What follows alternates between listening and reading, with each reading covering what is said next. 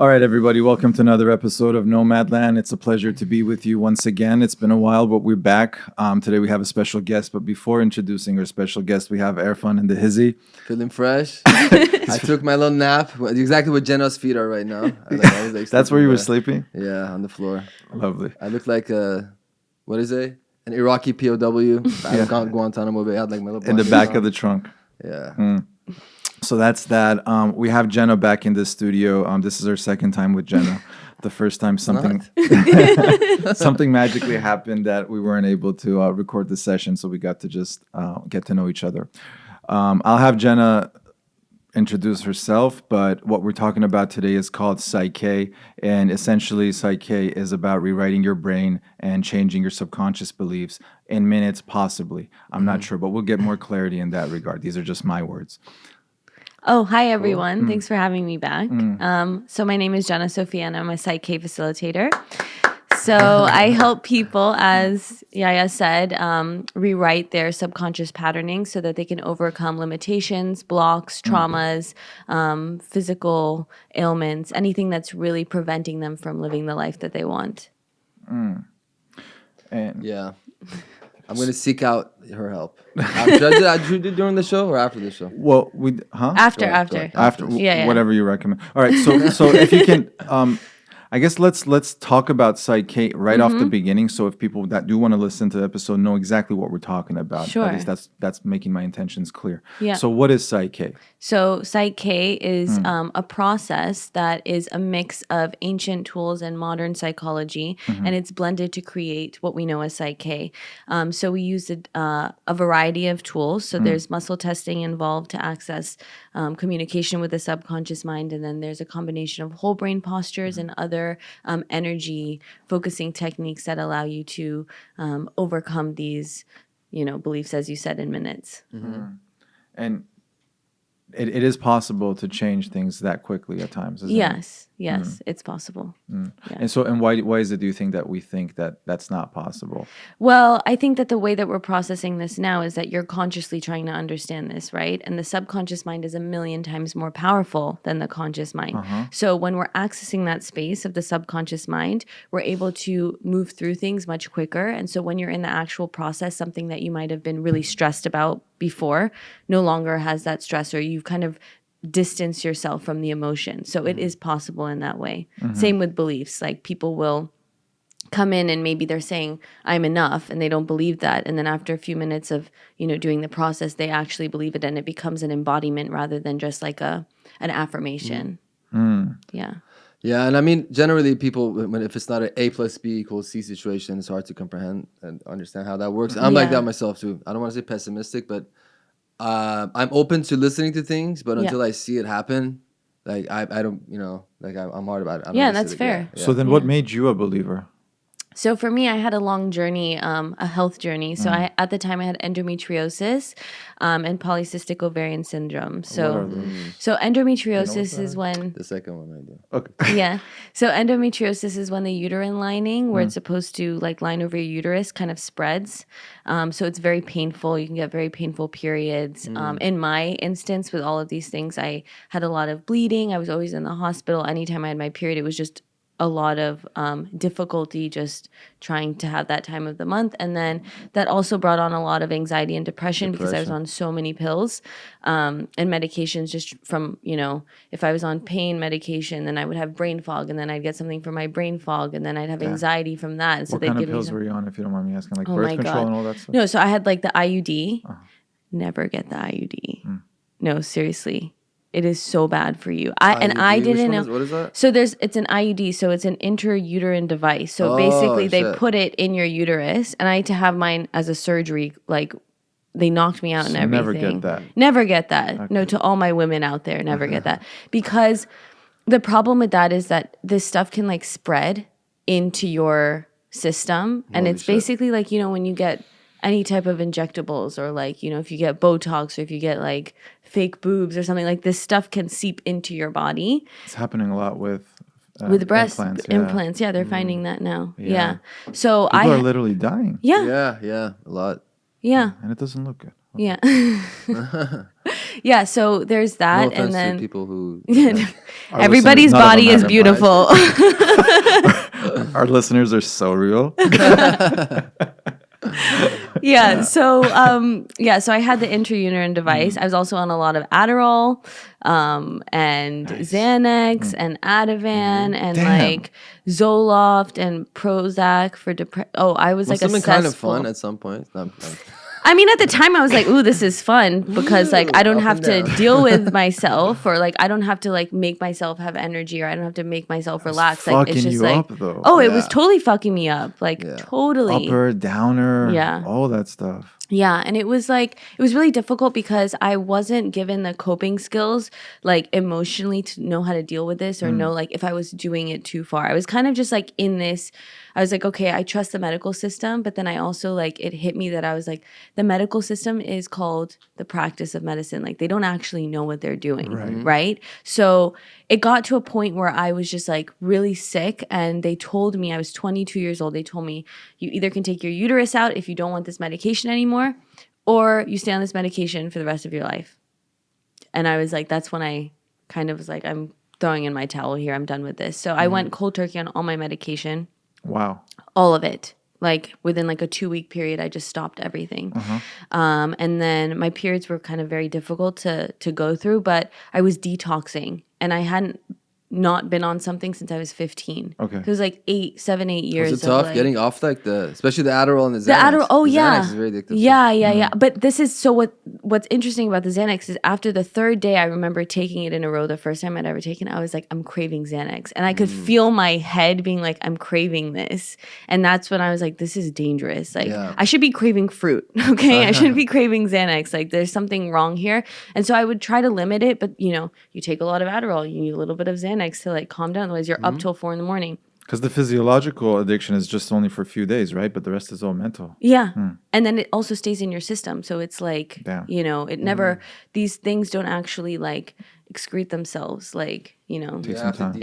you literally have to detox Yeah. your system. So, and I mean, like it worked at the time because I was like at an Ivy League and it was super intense. And I was like, oh, it's normal to like be on this stuff. And Adderall, like everybody's on it. everyone's on it. And I remember when I got prescribed, it was like, oh, you're at Columbia? Okay. It was like my prescription like passed. Why didn't you just say you at- don't need a prescription? No, but they were but I mean, it was even more of a reason to prescribe it because I was in an intense environment. And so that whole thing kind of was like, I was like, I don't know. It just didn't make me feel good. It didn't feel like it was, they were selling stuff, right? Like they need to make money. Like every time they sell a pharmaceutical, someone benefits from it, like big pharma. So not to say that medicine isn't important. There are tons of, medications that are life-saving for people. But for me, it was just like, oh, I have one problem. Let's have a pill for another problem. And I just wasn't in line with that anymore just because I had gotten to that point of what am I going to do? So I went on this journey, and my mom actually found PSYCH-K, and she was like, I think this is going to be it. And at the time, Shout out to your mom. yeah, my mom's a real one. But she was like, I think this is really going to help you. And I was really, doubtful because I had tried everything at this point. And Even I had done- holistic stuff, I'd imagine, huh? Yeah. I mean, I remember like I had done Reiki for the first time when I was 12. And like, so I was already in that like woo-woo world of like looking at things differently and like trying not to always use medication. But I had never found something that was like, that really shifted me enough into my own power and back into who I really was. So I went and I took the PSYCH-K courses, and I was in London for the first one. There was a basic and an advanced, and I was going to get my period during the advanced. So I was like, I don't think I'm going to be able to show up for this. Like, no way this is going to happen. And yeah, it was a self-fulfilling prophecy. I wasn't able to go on the second day because I got my period, and the instructor called me and he was like, let me take you through a little process. Why don't we do this? And within 5 minutes, my pain had phone. like over the phone. That's crazy. Yeah. And this is what I do now, which is pretty crazy. So it was like over the phone, within 5 minutes, my pain had halved, and I hadn't taken any, medication or anything, like not even ibuprofen. And I was really surprised. I went back to bed for like 12 hours, and I woke up and my pain was still Feeling at good. 50%. I was like, what is going on here? This is like magic. This is really trippy. It's really weird. Where is my pain? Like I was almost trying to call it back in because it had become so much of an identity of mine of like always being in pain. And the next day I was in the class and I was able to be there and be normal on my period. And that was like the beginning part of my journey. So after that, I just like really committed to it. And, took workshops all over the world and then started sponsoring workshops for people to learn this stuff because I was really passionate about the change that it made for me and how I was able to help other people with their physical conditions and mental conditions. And yeah. You think it's something that anybody could learn or like have this special personality? You just have to have the asking and the calling. If you feel called to it, it's probably going to help you in some way. And you're probably one of the most, you're one of the busiest people doing this work right now, right? Yeah. So what do you think is it that's kind of allowing you to be so effective? Oh, and to be in this space? Yeah. I think there's because I'm sure a lot of PSYCH-K people are listening to this right now, and they also are interested just as much as somebody doesn't know anything about it. Yeah, definitely. Yeah. I think, it's my one thing is divine timing for everything, right? Like when I started, I really wanted to just work on myself and like get myself better. I had no real intention of really taking this out there. But after, because I was like, this is really weird. Like, how am I healthy? How is this happening?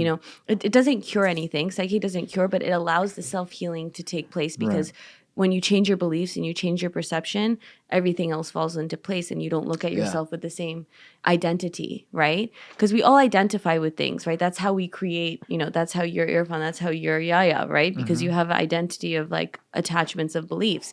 But I think after working on myself and then just really putting it out there because of how amazing it was and what it had done for me, I think people really related to my story and saw potential in it. And I think also my age, like there wasn't really anyone at the time doing it or really invested in the same way I was of really trying to get it out there. Not in like an ego way. Yeah, but more passionate, more relatable. Yeah, and it just kind of took off on its own. Like it's not something I was like, knocking on people's doors, like come work with me. But I think it's a process. It took 1.5 years, 2 years for me just doing it for people to really like become more comfortable with me. And then it was really like working on myself, doing the inner work, feeling comfortable and confident that I would be able to do it. So your growth must be happening rapidly. Yeah. I think would now you say it's mostly the people you connect with is from other people who work with you and had success? Usually referrals are the best thing. Like totally. Especially with these kind of things, like let's say I see it on Instagram or anywhere.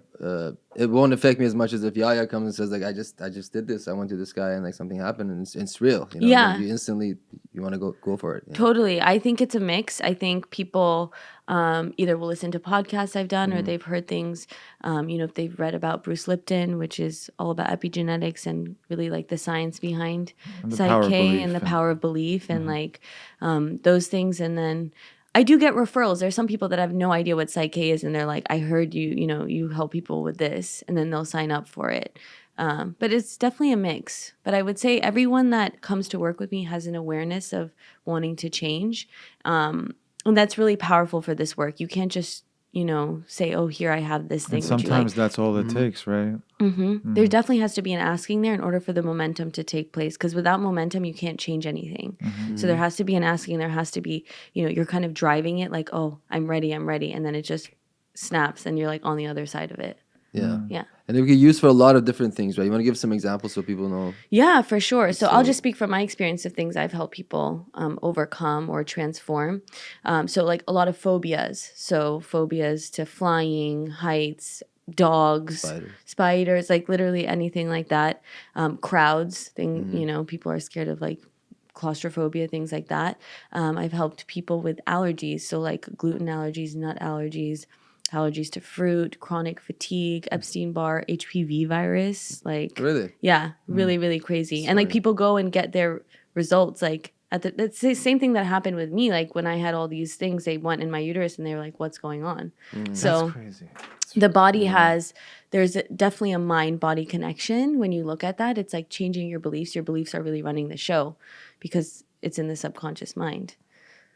So that, addictions to things, traumas, grief and loss. What makes it so fast and effective, right? Because essentially what we're talking about is the theory of change in PSYCH-K is to make the unconscious conscious and then deal with the conscious of that, right? Yeah. Is that It's basically like shining light on these shadow aspects of yourself. Correct. And then allowing you to actually move through it rather than just ruminate with it. So, and that's something that could be done in a lot of different treatment modalities. In talk Of therapy, I course. mean, there's some theories Of that course. do that, you know. So what is it specifically different, do you think, in PSYCH-K that allows this to happen so quickly? Sure. What's the quick part? How does the Yeah, fast? that's what I wanna know. Okay. Well, from my understanding scientifically, right? If you're accessing the subconscious mind, it can process 1,000,000 times faster than the conscious mind. Yeah. So by default, accessing that part of the mind allows the change process to happen even quicker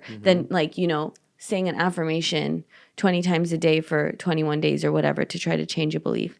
The other part, which is a little bit more esoteric, is the spiritual aspect that PSYCH-K understands as we are spiritual beings having a human experience. So it's getting back to who we really are and peeling off the layers of conditioning. So I think that's why it works the way it does and with such speed is because we're approaching it with both aspects rather than just like, oh, it's scientific or oh, it's spiritual. And I think people really resonate with that, and then they're able to see the change happen quicker because makes sense. there's With affirmations, both like me sides. personally, I have a hard time focusing, generally on anything. Like even when it's meditation, it's really easy for your mind to drift off, go think about something else.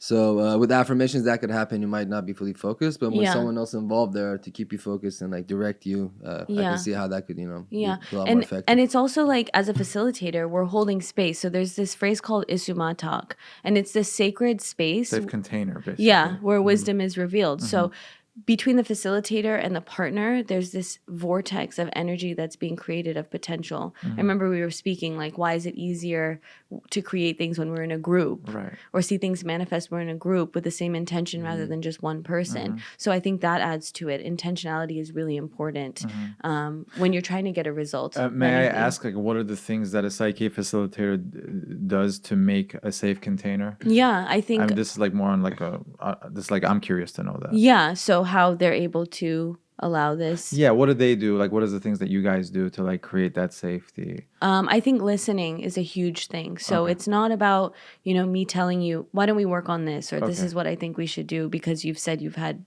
this type of problem. Okay. It's more like we allow them to talk through what is really bothering them or getting to the root of what it really is. So they might come in for something else, but then what is it really about, right? So maybe they are an actor and they're trying to like, become successful, but it's not working. Okay. What's the underlying belief there? Are you scared to be seen? Is there something about your authenticity? What is it really? And those things happen when you ask the right questions. So I think a really important part about being a facilitator, and this came through, a couple years of learning this, because I was always like, oh, I can fix it. I can do this.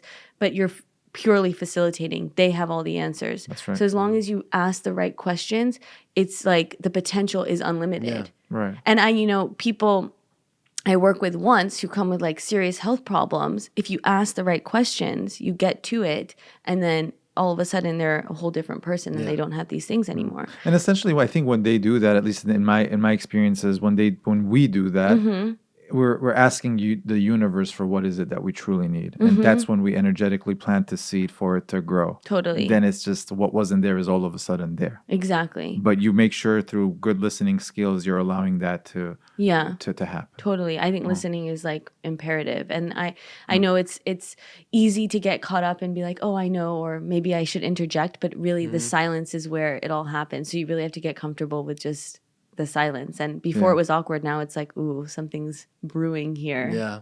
Are you a good listener? I would like to think so. I do like to talk a lot though. So.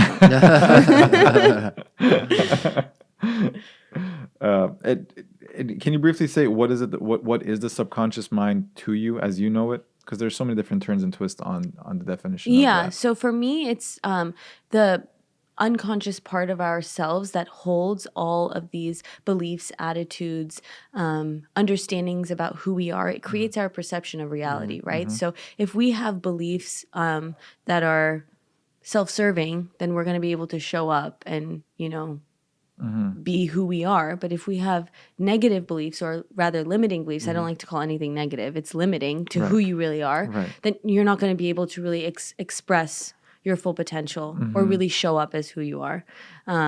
So that's what I understand it to be. And it's also solidified by the age of 7, 97% of your beliefs. So what we're operating on right now, we're looking through the lens of who we were as a kid. Maybe not me as so much, because I've done, belief changes around things that I felt as a child I experienced and that I was continuing as patterning, but it's And why do you think it's able to shift. up until the age of 7? Because have you we're looked like, into it? yeah, scientifically they found it's like we're a sponge of information. We are incapable of making filters because that's just the state of our brain. It's just that type of wave that's happening. As soon as we become 7, our brain turns on and it's all this information. We're trying to then organize it and understand the reality around us. Because if we didn't and we were always absorbing, then we wouldn't be able to learn anything, right? Even talking, drinking water, these are all subconscious things that we've learned how to do over time. There'll be no structure to how we, Imagine if you were always like trying to figure out how to eat with your hands every time you needed to eat, right? Like that's a skill that's learned as a kid, and then you grow up and you're able to do these things. Right. But that can go with, basic things that are really necessary for us to survive. But then it could also be limiting us because, say we grew up with a lot of abuse, or we grew up with people who were arguing in front of us, or we heard money spoken about a certain way. These will create our beliefs in terms of what we feel like we can do. And it can go both ways. Like some people who've had very traumatic childhoods come out on the other end of the spectrum. But it's their belief. It's through that contrast that they've created this belief system. That's interesting. And a lot of that is, I would imagine, also our relationship with our caretakers up until a certain age, right? Oh, Especially the mother. definitely. So before I lose my train of thought. I have a question. Go. Yeah. So is there anything that you prefer to work on, whether it's like personal taste, I would say, preference, or something you feel like is more important? Oh, like situation, issues that people wise? come to, situations. I don't think there's one thing I like to work on more than others. I'm focusing now on a burnout because I feel like it's a huge epidemic, and people just feel like that's normal to feel that way, Just or like burnt out, like exhausted, tired, unfulfilled. Like if we're walking check. around, And you know what I've come to find is the way we justify it in the most dominant way: mind over matter. Like, what the fuck does that mean? That's such a bullshit thing. Mind over matter. mind over matter. Yeah. Gotta power through it, bro. As if like the mind, first of all, is the pinnacle of being a human being to Stop begin that with. hippie talk. And it's like, all right, now let's go. You're already setting yourself up for disaster by doing that. Yeah. But please proceed. Definitely. So like I was saying, there's not something more or less I like to work on, but I definitely I'm niche focused now towards burnout, but I don't know what that's going to be in a few months. But it's kind of like, it's interesting Why because that? Why is that becoming a niche? Because that's what I feel called to work with That's people what's feeling through. right. Yeah. Before I used to work with people on health issues a lot, but it became a little too much for me, and that's just my personal taste. I was going to ask, is there anything that on the other end would have an emotional toll on you, like that get you down? It's the I think it's stuff. Like the medical stuff, just because I had my own issues with my health and like the medical system. Back there, and it kind of takes me back. But I've I'm at peace with it because I would never have come to where I am now without that experience. So there's no like, oh, I hated who I was. It's like, no, I'm so grateful for the experiences, but I think it can be a tricky one when you're working with people who are sick or things like that. But I still work with people who have illnesses and allergies and things like that. It seems like burnout would probably be even more closer to the root of the problem than the physical part that's on the outer layer. Because I work with like people who are experiencing burnout who have like bad backs or like chronic fatigue or low energy. And these are all and here's symptoms. what I'm hearing when you say burnout. Like what I'm hearing is like, to me, burnout is on the flip side is spiritual awakening. So like the bigger the burnout, the better of a chance of you awakening to who you want to be. Well, it's creating that momentum until you pop and you're like, I can't live like this anymore. Exactly. Right? And that's when the change happens because you've literally set yourself up with so much contrast on the other side of what you could experience that it's like physics. It has no it has to go to the other side energetically. No, and I'm smiling now because like that's first of all that's my story, but Yeah. I also catch myself in sessions when clients are coming to me and they're like, I can't take it anymore, and sometimes I'm smiling. I'm like, what the fuck is going on? And I'm like excited because that's what it's gonna take for you to Yeah. wake up. Yeah. Yeah. So that's where you're going with it. Yeah. Yeah, definitely. Did that answer your question? Yeah. Okay, good. Yeah. So I would imagine that if you can target the limited beliefs so quickly, at this point, are there limited beliefs that you almost even forgot about because it's been so long since you don't deal with them anymore? I think I see it or does it always play a part? Is the shadow always there? I think the shadow is always there because we're always evolving. No, that specific shadow of a limiting belief. Does that always stay there? Is that always a part of your being? So you're asking like if we work through a limiting belief, can Correct. it come back? Or like, does it show up again? Yeah. Right? In that way. So many different ways to put that, but yeah. Right? If I understand that correctly. Yeah. Okay. So this is how I look at it, right? The way that beliefs work, right? So like I said, they're in the subconscious mind. So if we've imprinted a belief or a perception in the subconscious mind, to change that would take a lot of external stimulus for you to create that belief again or to bring that back into your being. Does that make sense? So say, we transform a belief of, I don't know, like I'm safe around dogs. Like if you have a phobia of dogs or something like that, right? If you will always be different now when you're around dogs. That's just how it is through your new perception. It doesn't look scary anymore, or it might not be as anxiety ridden or things like that. And this is like, case by case. But say you have a couple of experiences that are negative around dogs, you could pick up that belief again. But it would be very difficult to change that. So in other words, that fear will always be there.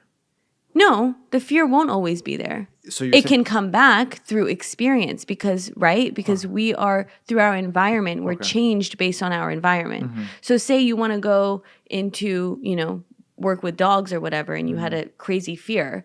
Your action would be, putting yourself around dogs, seeing how you feel. Generally, you won't feel as scared because you're in a whole brain state, which is what we do in PSYCH-K. We create both hemispheres, to be in alignment with one another. But say you had other experiences where you were attacked by dogs or something like this happened, that could bring back a limiting belief. Temporarily?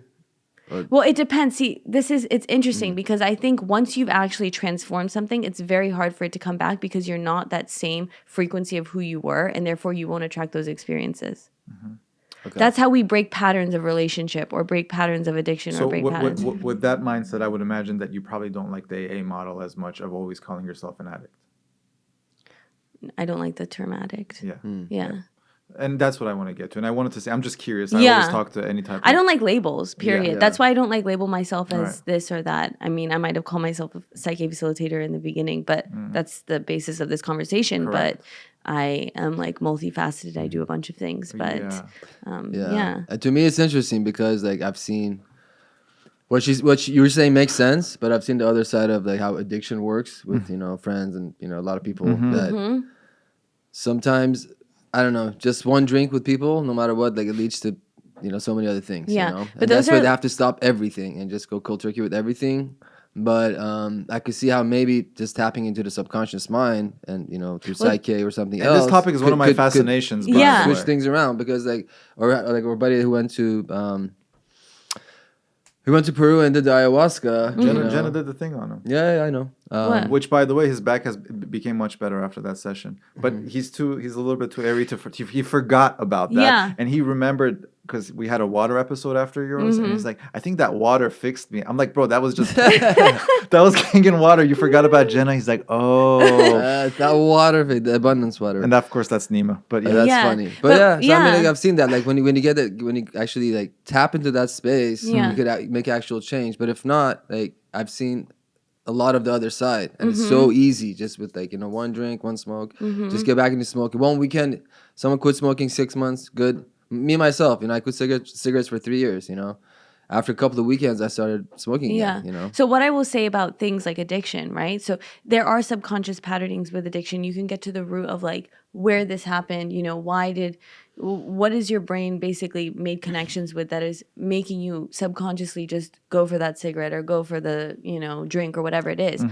But I really believe the fundamental reason, I think if you tap into the subconscious mind and you're able to transform that basically motor that runs 95% of you, and you have the conscious willingness to change. See, this is what's so important. Psych-K is not a silver bullet, right? I can't just inject you with like, okay, you're not addicted anymore. We figured it out.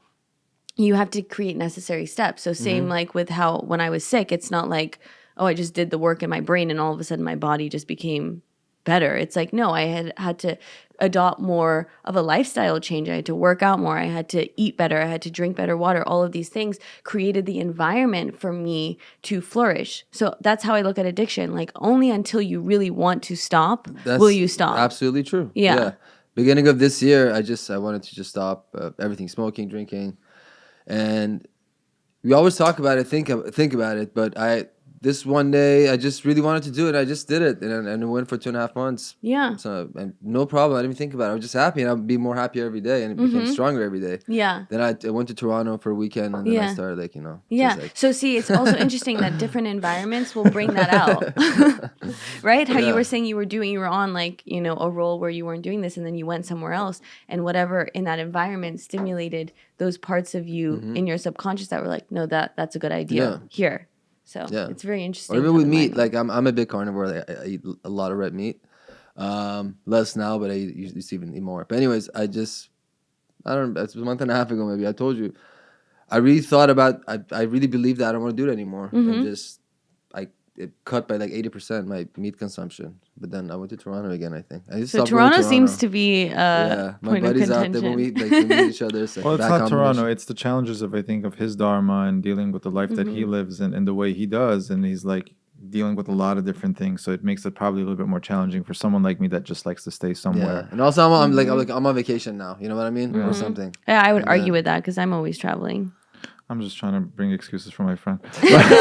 No, but I think like it shows that. But I'll tell you what I think Yeah. it is. I think that you got to fall in love with whatever the source of the reasoning of what was it that made me not want to smoke to begin with. Why was it that I didn't want for animals to die? Whatever that source was, there's a beauty within that. And the more of that beauty that gets explored, I think the healing is within that as well. Totally. So maybe going deeper within that, I believe through maybe a practice of some sort or a lot of some Psych-K work and different things can potentially make that preferred story become so much brighter that you will never want to go back. But this is my understanding. But I think the most important thing is that we're all on our own different paths and experiences. But I agree with that. I don't think it's one thing, and I don't attribute Psych-K to my, you know, self-healing either, right? And if I was, that would be unfair to everything else that I've created in my environment to allow my new self to come through or who I really am. So yeah. It's everything. I agree with that. Yeah, totally. Mind, body, spirit, for sure. Including the pain. Nice. Possibly. All right. So that's with that. So you have forgot about a lot of your limited beliefs as time has.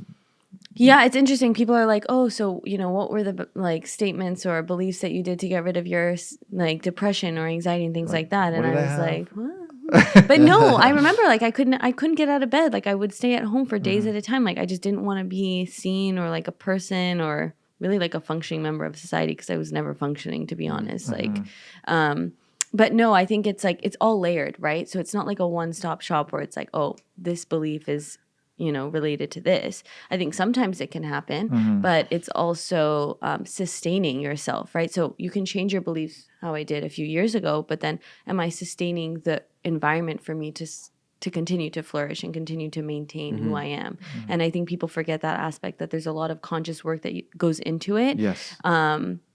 Because we're operating from our subconscious. So those things are done without our awareness, right? But now what are we going to do to make ourselves feel good, right? So it's like now I crave broccoli all the time. Like I never craved things like that. I was always like, I was always like healthy. Bonsai bowls? What's a bonsai bowl? Calipush eyes. The acai bowl. Yeah, they're really okay. good. Acai bowls. Yeah. They So anyways. no. They make that shit too sweet. I gotta get it out there. I don't like it when you put that honey and all that granola on top. Put more hemp seeds anyway. Let's continue. I put chocolate on top of it. Oh man. Yeah. Broccoli. Okay, we're all hungry. Back to Mark, yeah. But yeah, no, I think it's like I realize that like now I'm just choosing things because they've been programmed into my subconscious of this is what actually makes me feel good. This is the type of energy I want to have. This is all these things that I wanted that I've programmed, but then I'm like subconsciously choosing things differently than I would have maybe a few years ago. Same thing like, you know, you're saying with your meat or with your like smoking. It's like it's sometimes you're like, I've had enough, and your subconscious is like, okay, we're ready. And then other times that's why patterns happen, right? It's like they come back. Even with relationships, right? Like people are like, oh, I had like a really bad relationship, and why am I still attracting the same type of person? Just in a different body. It's true. It's true. What is your sex life looking like? It's looking lovely. No, but it's funny. Again, like with the smoking thing, I want to go back to it. So a lot of times I wake up in the morning, maybe at night, we're drinking out, something like that. Yeah. Up late, and then when you're going to sleep or when you wake up, you're just like, oh, fuck, like, what am I doing? You know, what am I doing? I'm done. Never again, you know? Like I want a compilation of all the times you talk about alcohol and drugs. Drugs, I don't know. Yeah. But yeah. I'm just kidding. It's all drugs. But yeah, and then it's just like, if I don't know, by that evening again, you know, just like so maybe smoke a little weed, then you're like, oh, now I want to smoke a cigarette, I want to work on music, this thing, and then just like you start smoking again. You know? So just like you go from the extreme of being sure I'm done, what the fuck am I doing? Yeah. My lungs, and then you go just straight back to it, you know, not even thinking about it. Yeah. And there are things like called secondary gain. So there are a lot of things that you're benefiting from keeping this, right? So that's why we don't necessarily like to change. So you know, you go to do your music or you do things that are creative, those things that light you up and give you enjoyment, and you're like, oh, this is how I get in my mode. Yeah. Right? Yeah. So you're actually benefiting from it. So you don't necessarily want to get rid of it. But I guess that's really the thing. It's actually very connected to my music. I'm used to, I like writing. I like smoking weed when I write. And then something, I don't know if it's the nicotine, I don't know, somehow the nicotine is really connected to that. So I need to, let's say, if I'm just like don't smoke weed, nothing, I won't smoke one cigarette a day. I just don't want it. It's only when I drink, when I smoke weed or something like that. Okay. Yeah. So it's like directly connected to that, and I think it's the adrenaline because when I'm writing, I'm just really excited and I'm really focused. It's the only time that I'm probably just literally focused on one thing. He knows. I'm just like, I'm really like, you know, I'm ADD with things. Yeah. When I'm writing, I'm just super focused, and I think the smoking has something to do with that. I just very later, I'm just like, you know, in my zone, smoking, writing, like I just got ideas, and I'm just going really, my mind's working really fast. Yeah, totally. And it's like when we do things over and over again, we're strengthening that muscle, right? So the more association we make with things, the more the stronger it gets, and the harder it is for us to pathway. and it's the harder for us to like break that because it's like, this is what I know, this is what's comfortable, it works for me. I might not want to do it consciously, or like I know on some level this isn't right, but yeah, it's also a fear for me, and we've talked about it before. It's a fear of what if I can't write if I don't smoke anymore, or what if it's like, you know, and it's stupid. So it's interesting. So it's like those beliefs that you've picked up on in your fear state of not being in the zone of doing things, and then it's kind of like trapping you in a way to really show you what else you could do without it. Not to say that what you're doing now isn't working for you. Yeah. But there's obviously a part of you that feels like, oh, I don't want to have to rely on these things in order for me to do what I need to do. And those are just limitations. Yeah, exactly. That's my favorite thing in the world to do. But you know, it is limitations. But it's easy to break anyways. through. Yeah. Cool. Thank you for making yourself an example. Of course. For the sake of the That's what I'm here conversation. for. Do you have an example, Yaya? So much honor for your vulnerability, brother.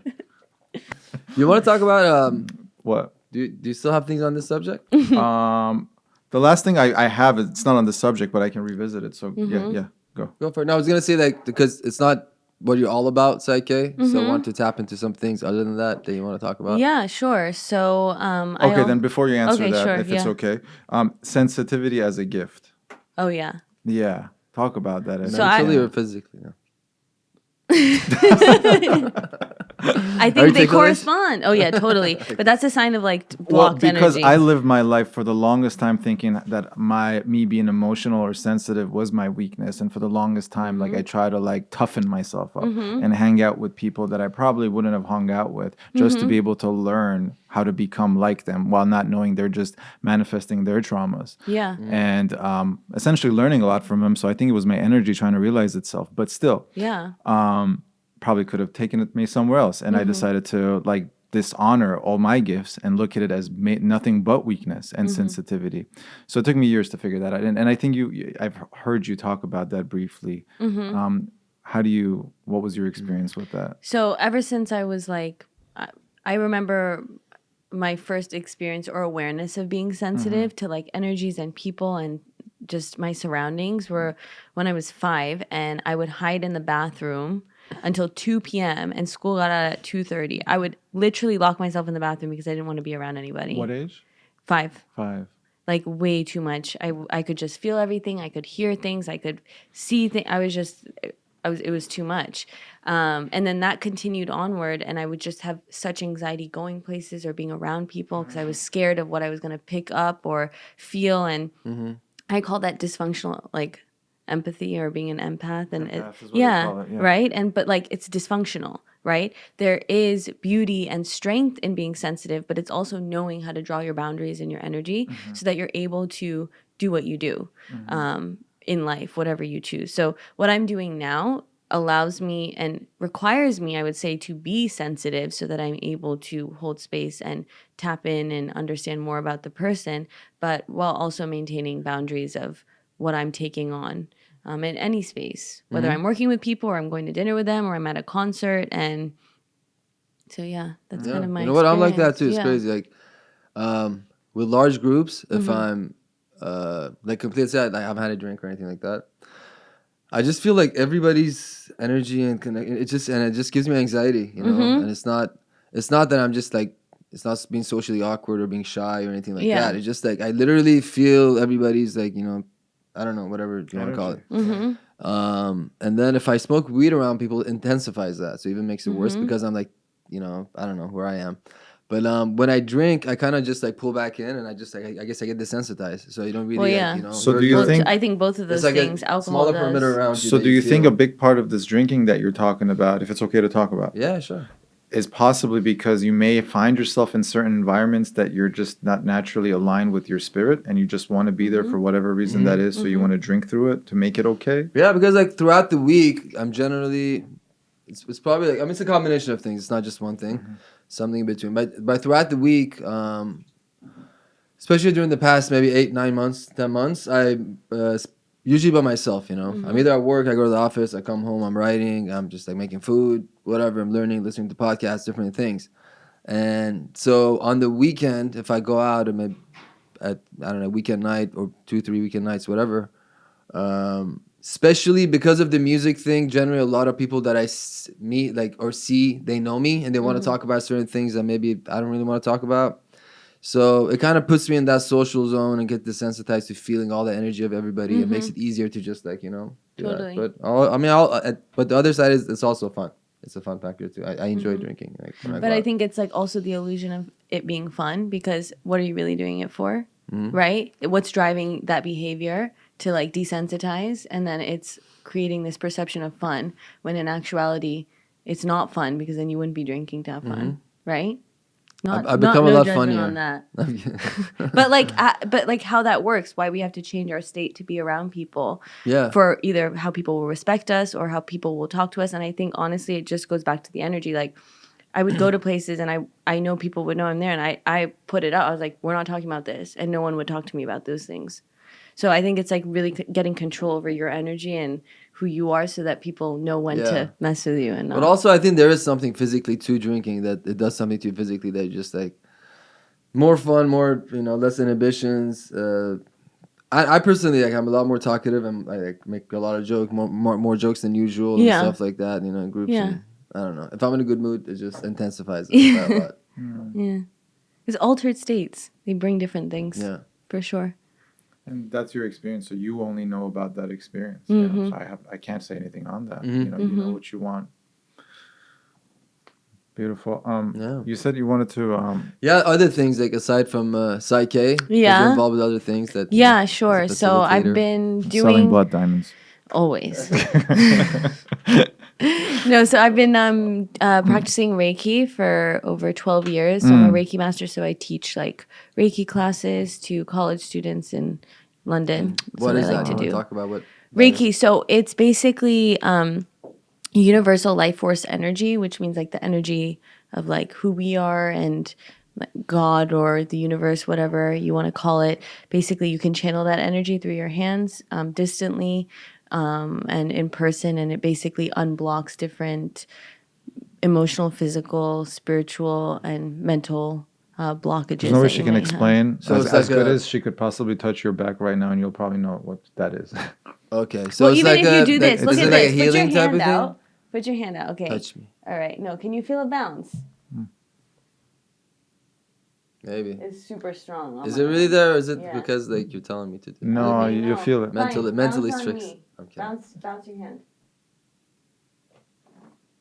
Yeah, you're right. Right? When I do it doesn't happen, but when you do it, it happens. Is that what you're saying? What? No. I'm just saying like, but everyone Because when has I do it, it. like, I don't feel it, but when you do it, I feel it. Like, No, even if you go like this Even right if now, you you're go gonna like feel this. something. Right, Oh. but it's just because I've opened up different energy points in my body that allows this to flow even quicker and more effective. But anyone can do this. Yeah, and I also do something else like called emotion code, which is really really cool. It's basically removing trapped emotions from the body that might have caused different ailments like physically and emotionally. So I just started recently doing that, which What is is that pretty again? cool. Emotion code. Emotion. Code. Yeah. And then what do you do? So it's another process where you remove like trapped emotions. So you might have had an experience and it would have stored an emotion. In So the you're body. identifying the stored trauma within the body and targeting that specific area. Yeah. And then you find a way to release that. Yes. Okay. Exactly. Through touch. It's actually through magnets, Okay. and you like run magnets down your governing meridian or like up, depending on what we're working Through frequency. What do you mean through Like frequency? through like sending frequency. Or No, you can vibration? do it with your hand or like literally get a magnet and just Wow. run it down. I your heard spine. someone they did that they implanted magnets in their fingertips. Oh, Do you yeah? think it would have anything to do with that? Or? No, I've never heard of that. That's pretty It's crazy. body That's like modifications, some I'm serious. robot stuff. Spider-Man. Huh? No, Spider-Man with the spider web. That's the new Avenger. That's Magneto. I don't know. Like, people do like these. There's a website. There's a weird website about people do crazy body modifications. They put horns in face and like all Yeah, kinds of yeah, things. yeah. And magnets is a thing, I guess. Yeah, and shamanism. I love Yeah. shamanism. I love About Reiki, that's because great. I know for a fact to a lot of people who are not familiar with it, Sure. they're gonna be like, "What the fuck are you Yeah, talking yeah, about? This yeah. is bullshit." Blah blah. Yeah. These things. So you want to break it down a little bit how it works and what it's all about. Sure. So basically, like if you're doing an in-person session or you're working with a Reiki healer in person, they will probably like scan your body for different blockages in the body, and then they would lightly either put their hands directly on or just like above. So as you just saw, we weren't even touching, and you could feel something, and it basically induces intense relaxation within just like a few minutes, and there's a lot of emotional release and physical release, so you can do it for pain or emotional trauma and things like that. I found it to be really powerful on my journey. How often do you find your clients pain in the specific area in your own body? What do you mean? Like, do you ever like if they have like if their knee Oh, is the hurting? sensitivity to do you that. If find I- it in your own body? I can, if I'm looking for it, Okay. if I have the intention to really take it Right, on and good. experience it. I used to do that because I felt like I was the fixer and I Right. needed to know how it felt. But Right. then the less I got out of my own way and allowed people to really step into That's their beautiful. power That's of like, beautiful. they can change, they can do this. And I'm just Right. here as a conduit of helping them get to where they want to go faster. And it started with your own belief, even before anything Yeah, else. Yeah, that's totally. amazing. And you also have to do less work because you don't. There's not so much intensity on you, right? We think, oh, we have to do in order to get anything done or for anything amazing to happen. Which kind of goes back to what we were talking about you doing the self work as the facilitator or healer, whatever you want to call Yeah. it. You doing your own work allows for you to have a better time in session. Oh, and totally. the client also is a beneficiary of that as well. Mm-hmm. I feel like that's most of my work. Like it's not the book so much. It's a lot of it is just working on you, myself yeah. for me. Because a lot of, I think, the work that we do is about being able to just see the client in a beautiful light. And when you see the beauty in them, you ask questions from a beautiful place and they rise to answer that beauty. Totally. And that's how they basically heal. So It's coming to their real awareness of who they are, Their truth. which is divine. exactly. So- and it's really that simple. Yeah. It's a lot easier than we make Yeah. it to be at times. Are you still doing the weekly, monthly collectives? Yeah, so it's a combination of different tools that I'm using Okay. to just kind of my own methods of using all the things that I've learned to help people transform different energy blocks that they might have. So it's not necessarily specifically belief oriented anymore, Okay. but it's more about removing different energies that allow more energy to flow in those areas for them. So it's a weekly and monthly collective thing. So I do weeklies now. Weeklies. Yeah, Okay. yeah, yeah. And so people can Subscribe. subscribe. So they can buy I it really each don't week. know it. Subscribe. They can I buy have a it. limiting belief on like pronouncing this word, by the way. So maybe I want to work on me Yeah, with that. sure. Why Okay. not? But yeah, so it's each month and there's no subscription, but you just sign up each week depending on if it resonates with Okay. you. So they pay weekly. Yeah, they pay weekly. Okay. And how much Yeah. is it? $20. $20 a week. Yeah. Okay. But they can't do it monthly.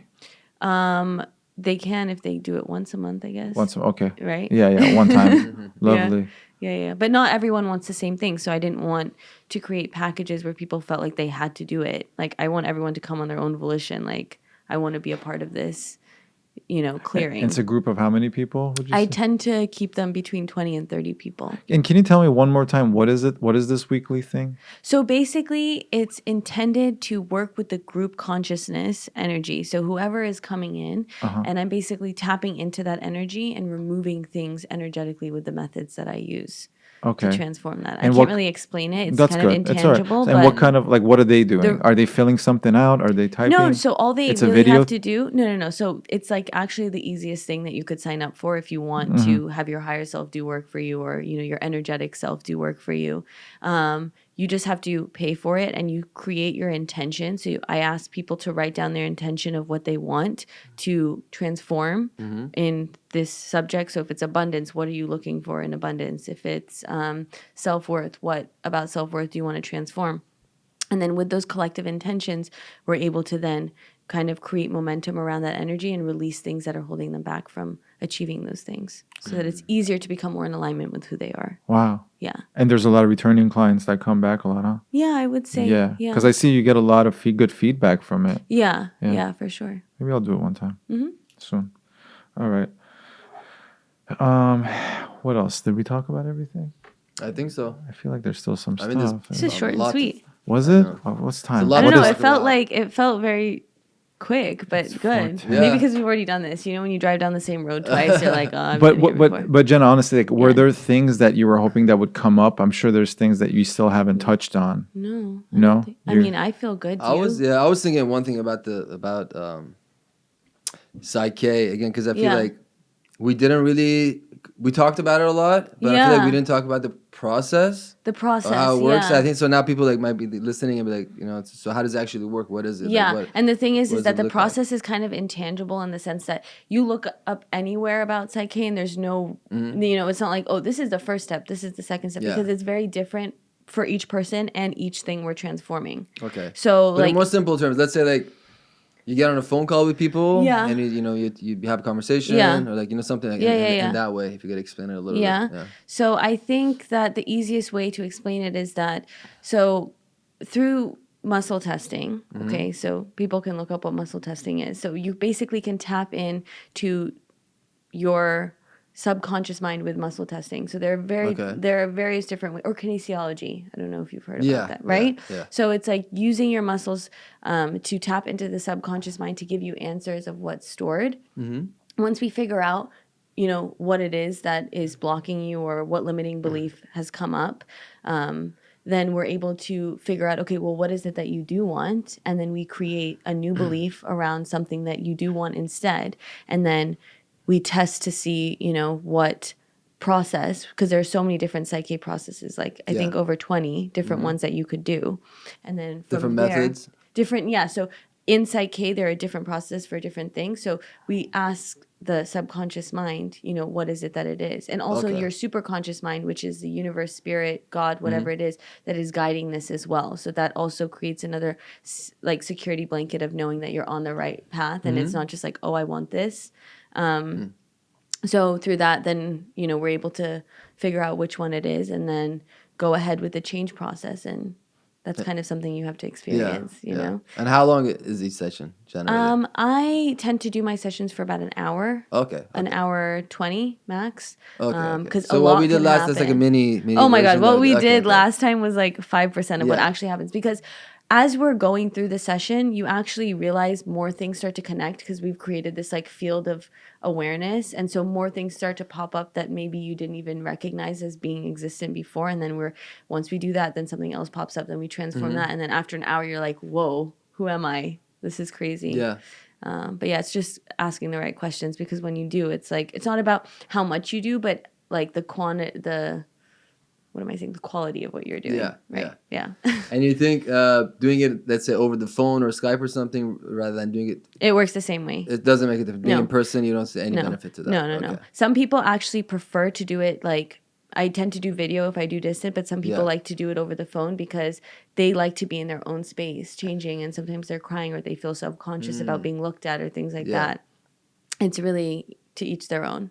There's obviously a different energy when you're in person because you're in person, but I don't think it would change the change process. Yeah. But for the Reiki, is it? Yeah. Is it that you have to do in person? No. No? No. Okay. We're quantum beings. It's quantum energy. It can be sent with intention and with the right tools and knowing how to direct that energy. It's all about directing energy with all of this, right? It's like, what is it that you want? Where do you want it to go? And how do you want it to be? With any of the modalities that I use, I would say. Okay, cool. Yeah. My mind's like telling me you have to try it. Your soul is telling you have to try it, not your mind. Yeah. It is. You want to do the speed round where you ask 10? Whoa. Rapid fire. Why can't we All right, ever we come didn't up do with this that? last time. We don't have it. I was like, what She is got this? nervous. It's a joke. Wait, I can do it. Okay, ready? Yeah, let's All do right, it. you got to think But about. is it like apple or banana and you make me choose one? Or No, is it like we're just literally gonna- no, ask? it's Say gonna- one word and then you have to don't say know. first thing that comes to your Basically, mind. I'm gonna say 5 things. He's gonna say 5 things, but I say 1. He goes 1. I go 1, 1, 1. We say 10 things. It's a little disorienting, but let's try it. It's good. No, that's good. And then Okay. it's just a word, and it could be whatever it means to you, and you could talk about it as much as you want or as little as you'd like. Okay, it could be one word, it could be a paragraph, but no longer than 250 words or better. Okay, I'll make sure I'll make sure Twitter. I'm counting. Got a little Okay. Jack All right, Dorsey. are you ready? Yeah, let's All right, go. and this is a segment we just created right now. Man, I feel like All right. I have anxiety now. I feel like I have to freestyle. Come on, you're I'm you're a joking, star. Aren't you good at freestyling? I'm joking. Yeah. Say it more Go. confidently. Yes. I'm fucking amazing. All right, I'm let's go. Shamanism. Power Deepak Chopra. for the masses. For the man. Ayahuasca. Journey. Meat. Death. I was so interested in a response, I didn't think of something. Mushrooms. Yummy. Psilocybin mushrooms. Awareness. Not so yummy. Traveling. Oh, fun, exciting, expansive. My favorite thing to do. Me too. Intimate partnership. Controlling. But freeing, depending on where you're looking at it. Polygamy. Take it to sexual. That's good. A choice. Orgies? No, I'm kidding. Get more rage. Bondage. Fetish. All right, that was good. We can work on this. That was right? Yeah, we gotta like. That was very like Do you want just. more? I mean, it was like mushrooms, ayahuasca, shamanism. I It don't was like like a lot. 0 It was to 100 real quick. We've no? never thought about this. We just Yeah. came Like up with Deepak this. Yeah. Chopra, traveling, mushrooms, then rape. Like that's. I didn't even hear that one. That's at Bad. the very end. That's good. Yeah, of course. Orgy. Okay, Alright. I want to do one. Oh, wait, what Yeah. else? All right, cool. Let's go. All right, podcasts. Third passion. I'm kidding. That's really good. That was really good. Respect. All right. You? Podcast. an outlet of meeting my dharma. Cool. Yeah. Art. Number one passion. Beauty. Responsibility. What is it? What is it? That's the best. Responsibility. What is it? Like you said it like a like an Indian spelling bee kid. Can you use it in a Use sentence? it in a sentence, please. Oh my No, god. because I mean, there's so many different levels to it for me that Yeah. you know, I'm responsible for certain people for certain things. I'm responsible for things for in my own life. Responsible towards my fans with some music. Responsible with my words and because what they bring on. So I mean, it has a lot of different meanings to it. Yeah. A choice, but not a dominant discourse. Spirituality. It's like Existence. it's hard for me. It's to hard? Yeah. Existence, I would No, say. not. I'm saying it's hard for me to like you know like put something into words about it. Yeah. Just like act it though. Like This is more fun actually when she does it. I don't know. For me, it's like I don't know. I guess like reflection, self-reflection. It's like, yeah. Good. Okay, I think I'm done. Done. Beautiful. All right, folks, that was it. Now, do you want to like just close it out yourself since you're doing this, running the show? Oh yeah, it's Jena Sophia's NomadLand podcast. There we go. Ah, nice. She took We're over. actually thinking of selling the show. Are you just imagine selling the rights? Have New York Nomad. Yeah, but it was great to having you. Thanks, I look forward to guys. having you next time. Talk about more stuff. For I'm sure. looking forward to doing some sessions with you. That's for sure. Let's do it. And we're obviously going to give all your information on the show, your Instagram and everything. We're going to have to do that. And for the viewers, make sure to subscribe. Oh, yeah. And as for me, I just want to thank Jena for coming back again. She's a very light being, and I genuinely have a lot of love for you. No, thanks. I really Same do. for you guys. I think you're a very special spirit, and it's an honor to be in your presence, and I mean that from the depth of my soul. Same Thank here. you guys. Daddy. Also, I'll say one thing. Don't knock it till you try it. Knock what? Yeah. Anything, right? This might sound a bit like, how could this happen? But Yeah. don't I knock know, it till you because try it. Yeah, it does bring a lot of that along with it. Even me myself sitting here, and I'm just like being super honest. Yeah, totally. But still, don't knock it till you try it. But don't believe till you try it. It's the type of things that goes hand in hand. Yeah. You know. So last time I did a little bit of PSYCH-K with you, and it felt good. You know, Yeah. I liked it. So that's why I'm like, now I want to do a full session. Yeah, you know? yeah. So same thing Totally with different energy. I know. Yeah. Same thing with the Reiki. I want to try Yeah. that because I felt something right now. Yeah, So, yeah. Cool. Cool, guys. Exciting. Thanks. All right, Nomad out. Beautiful.